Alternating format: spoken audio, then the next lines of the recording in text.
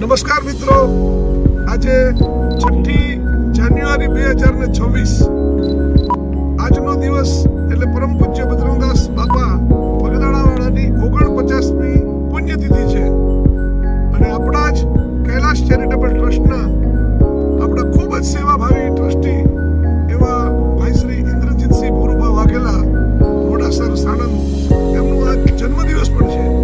તો ત્યારે આ બંને દિવસ નિમિત્તે આપણે ભાવનગરથી લગભગ 50 કિલોમીટર દૂર સોનગઢ હાઈવે પાસે આવેલ માનવ સેવા આશ્રમ છે.